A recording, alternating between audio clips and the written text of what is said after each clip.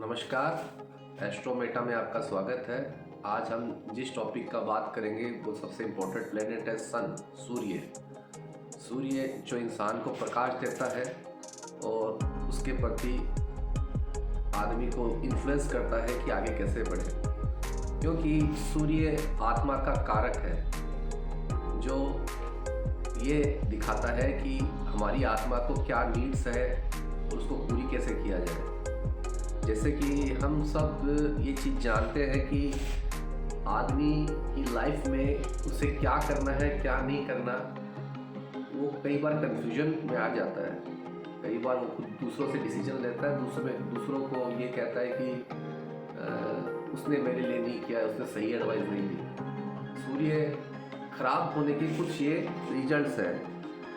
तो सूर्य हमको वो करने के लिए प्रेरित करता है जो हमारी आत्मा से रिलेटेड है, और लाइफ में सूर्य हमें वो करने के लिए प्रेरित करता है जो हमारी सोल को रिक्वायरमेंट्स है, क्योंकि मून मन को रिप्रेजेंट करता है। एक शरीर को, एक बॉडी, एक शरीर को आत्मा की ज़रूरत होती है, और आत्मा वो करवाना चाहती है जो उस आत्मा से आत्मा वो करवाना चाहती है जो इंसान को ज़रूरत है। जैसे कि आत्मा की तो एक आत्मा को रिक्वायरमेंट होती है एक शरीर की, और इससे ये पता चलता है कि हमारा जो आत्मा है वो क्या चाहती है। जैसे काल पुरुष की कुंडली में सूर्य को 5वां घर दिया है, और 5वां घर का वो नेचुरल सिग्निफिकेंट है। 5वां घर होता है नॉलेज, विजन, पूर्व पुण्य, इन दोनों का ये चीज़ होता है। सन जहाँ पे भी बैठता है वहाँ से जलाने लग जाता है। सन एक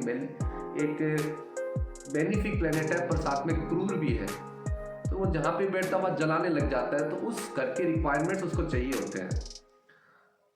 अब आपको सिंपल वे में ये बताया जाता है कि हमारा जो लग्न है वो ईस्टर्न होराइजन है, जहाँ धरती और आकाश एक साथ मिलते हैं, तो वो आपका लगन है। फॉर एग्जाम्पल सूर्य अगर फर्स्ट हाउस में हो, उच्च का हो फर्स्ट हाउस में, तो इंसान को पता होता है उसे क्या करना है, उसको समझाना नहीं पड़ता है।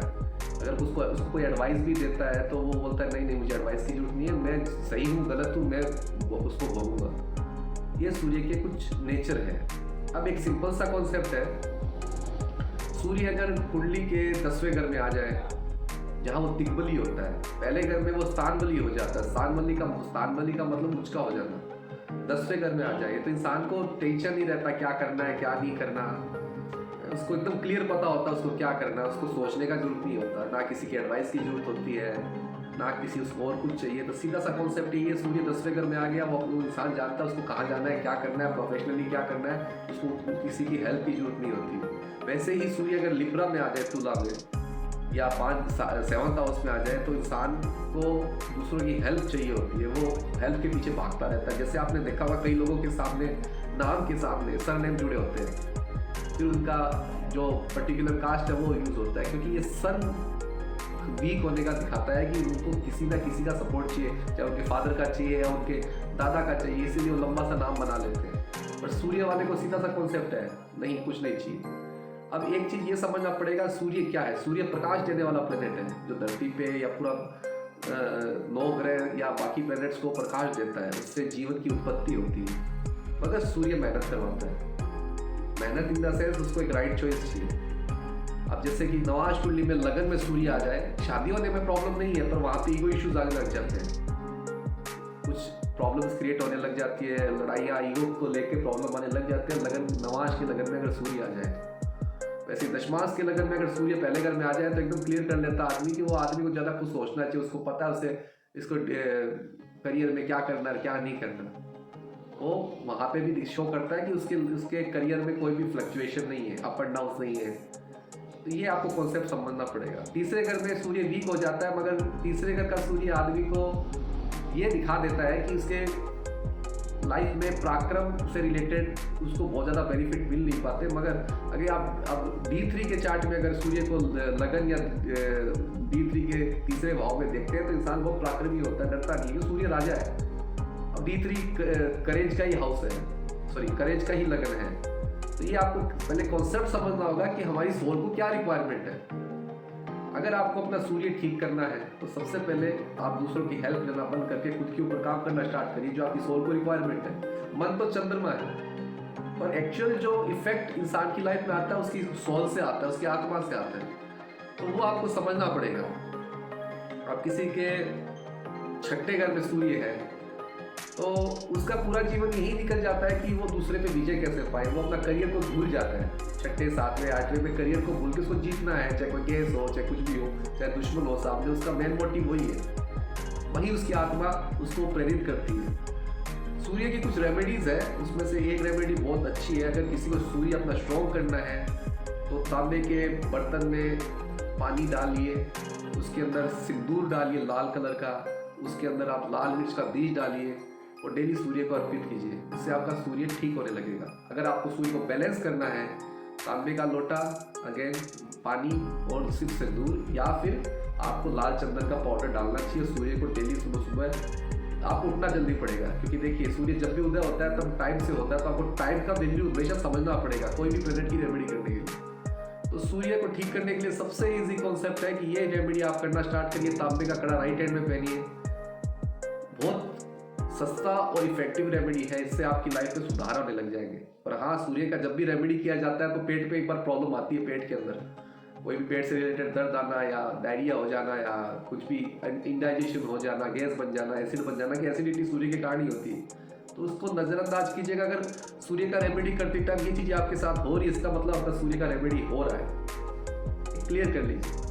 ये मत सोचिए कि प्रॉब्लम उसके कारण है। कोई भी प्लेनेट का रेमेडी करोगे एक बार ऐसी सिचुएशन देगा शरीर के अंदर से, जिससे ये फील करवाएगा कि रेमेडी इफेक्टिव है उसके लिए। चाहे वो दुख ना दे वो रेमेडी नहीं है। टेंशन, दुख कुछ भी ना दे वो रेमेडी नहीं है। तो इसके लिए चिंता करने की आवश्यकता नहीं है। ये सूर्य की रेमेडीज है।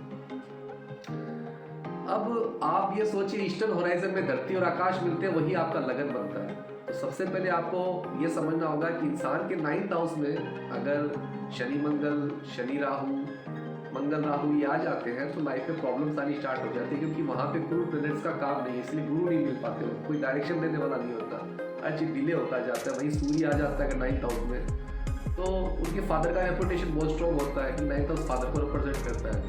तो लाइफ में बार बार लक, भाग्य से लेके उतार चढ़ाव नहीं मिलते। उसके बाद आपको नवाज कुंडली भी देखना पड़ेगा कि नवाज कुंडली एक्चुअल फ्रूट है आपके लगन कुंडली का, कि आपको लगन कुंडली में जो किया नवाज कुंडली में कितना मिलेगा। तो वहाँ से आपको सबसे इम्पोर्टेंट देखना पड़ेगा कि आपकी नवाज कुंडली में आपको क्या मिला है।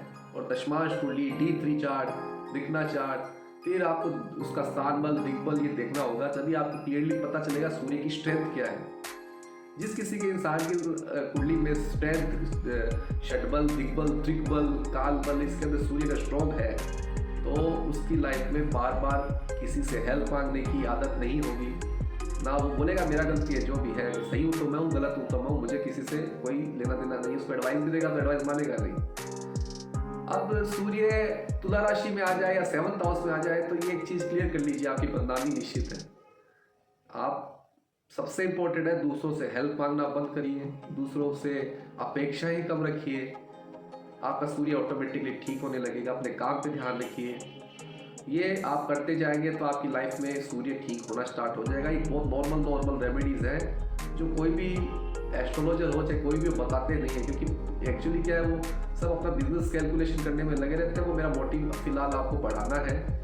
मैं भी एक एस्ट्रोलॉजर ही हूँ, पर मैंने अभी तक जितने भी बुक्स पढ़ी है उसके अंदर बहुत क्लियरली मेंशन है ये चीज़ें है। अब सूर्य 4th हाउस में आ जाए, क्या वो दिग्बली है, दिशाबली है? नहीं, वो दिशाबली नहीं है। वो हेल्प मांगने में लगेगा, बार बार एडवाइस मांगेगा लोगों का, उनका एडवाइस को कैलकुलेट करेगा, फिर वो उस पर निष्कर्ष निकालेगा। तो सबसे इम्पोर्टेंट प्लैनेट सूर्य है। इसी टॉपिक पे आज का वीडियो मैं ख़त्म करता हूँ और आपको ये कहना चाहता हूँ कि अपने सूर्य को ठीक करिए, आपकी आत्मा की जो रिक्वायरमेंट्स है उसको पूरा करिए, इससे आपका जीवन सफल होगा। हाँ, एक चीज़ और बोलना चाहता हूँ, जैसे कि कई के लोगों के लगन के अंदर राहु आ जाता है या मंगल आ जाता है, तो उनको वापस भेजा जाता है ज़मीन पे उनके कर्म पूरे करने के लिए। ये देख लीजिएगा किसी के, इसीलिए उनका दिमाग में कन्फ्यूजन होता है। क्योंकि देखिए, अगर कुंडली के तीसरे घर में मिथुन राशि में अगर सूर्य बैठता है तो इंसान का बोलने का वे ऑफ टॉकिंग का बहुत स्ट्रॉन्ग होता है, क्योंकि और दूसरा क्या होता है कि इंसान का जो थायराइड ग्लैंड होता है उसको सूर्य कंट्रोल करने लग जाता है, इससे उसको प्रॉब्लम्स नहीं आती है। और तीसरा है कि आपका जो फर्स्ट हाउस में अगर सूर्य है तो आप, ये सबसे हीटेड पार्ट है लाइफ का, ये सॉरी कुंडली इंसान की बॉडी पार्ट में, और लगन सबसे हीटेड है। या सूर्य होता है ना तो इंसान को एकदम एग्जैक्टली मालूम चल जाता है कि उसे क्या करना है। कई लोगों के सूर्य फर्स्ट हाउस होने में बाल जल्दी झड़ जाते हैं, वो सूर्य का एक नेचर है, उसको आप गलत मत समझिए। तो सूर्य को ठीक करने के लिए ये सारा वीडियो बनाया मैंने, सूर्य को समझाने के लिए। होप सो आपको वीडियो बहुत अच्छा लगा होगा। अगर पसंद आया तो लाइक करिएगा, कमेंट करिएगा, सब्सक्राइब करिएगा। कोई क्वेश्चन है तो मेरे से पूछ सकते हैं कमेंट बॉक्स में। नमस्ते।